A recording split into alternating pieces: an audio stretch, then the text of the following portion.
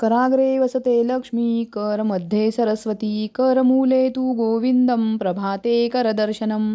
अशा या आपल्या मौल्यवान हातासाठी आपण सुंदरसे दागिने बनवणार आहोत. तर ब्रेसलेट विथ अंगठी कशी बनवायची ते मी तुम्हाला आजच्या भागामध्ये दाखवणार आहे. संक्रांतीसाठी आपण दागिने सगळेच बनवत असतो आणि आपण बांगड्यासुद्धा वापरतो. तर ब्रेसलेट विथ अंगठी हे जर आपण वापरलं तर ते खूपच सुंदर दिसतं. ते बघा अशा प्रकारे आपण इथे हे लावून मी तुम्हाला दाखवते आहे. खूपच सुंदर अशी ब्रेसलेट आणि अंगठी तयार होते. घातल्यानंतर आपल्या हाताची शोभाही नक्कीच वाढते. तर ते कसं बनवायचं ते मी तुम्हाला आज दाखवणार आहे. तर हे आपल्याला व्यवस्थित बांधून घेताना मी तुम्हाला दाखवत आहे. ह्याच्यासाठी मी ह्या ज्या छोट्या छोट्या माळा आहेत ह्या कशा बनवल्यात हे मी अगदी व्हिडिओच्या शेवटी संपूर्णपणे दाखवलेलं आहे. ह्याचा अगदी छान व्हिडिओ केलेला आहे की तुम्ही लगेचच ते बघून शिकू शकता. तर हे बघा ही अंगठी बनवलेली आहे आणि आपण ज्यावेळेला आपण हे चिकटवतो तर चिकटवताना आधीच आपल्याला दोरे बांधून घ्यायचे आहेत. फेमिकॉलने आपण हे चिकटवणार आहोत हलवे.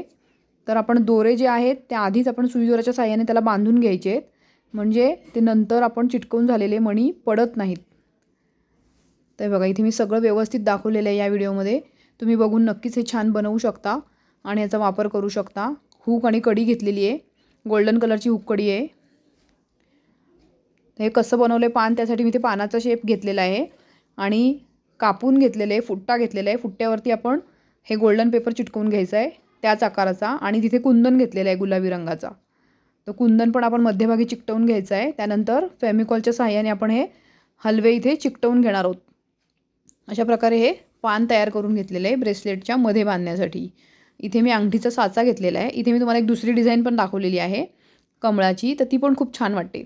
आपण जसं ते पान बनवलं तसंच इथे कमळ बनवलेलं आहे. तर सेम त्याच पद्धतीने आपण हे बनवून घेणार आहोत. मध्ये कट मारून घ्यायचा आहे एक त्या फुट्ट्याला.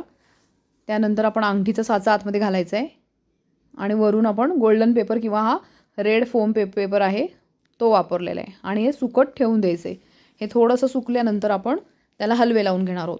तोपर्यंत मी माळा कशा बनवल्या ते दाखवल्या आहेत. ते बघा अशा प्रकारे आपण इथे डबल दोरा ओवून घेतलेला आहे. हा पक्का धागा आहे. त्याच्या पुढच्या टोकाला फेमिकॉल लावून घ्यायचं आहे. ही झीग आहे. झीगच्या ऐवजी तुम्ही इथे गोल्डन कलरच्या मण्यांचा सुद्धा वापर करू शकता.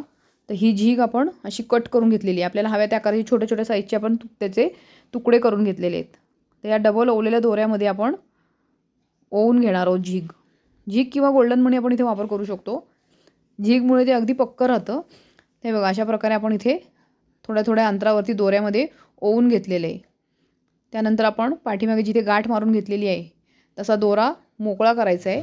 दोन दोऱ्यांच्या मध्ये एक एक हलवा अशा प्रकारे आपण चिकटवत त्याला ढकलत पाठीमागे झीग जी असते ती मागे मागे दाबत राहायची आहे. एक एक आपण हलवा घेणार आहोत.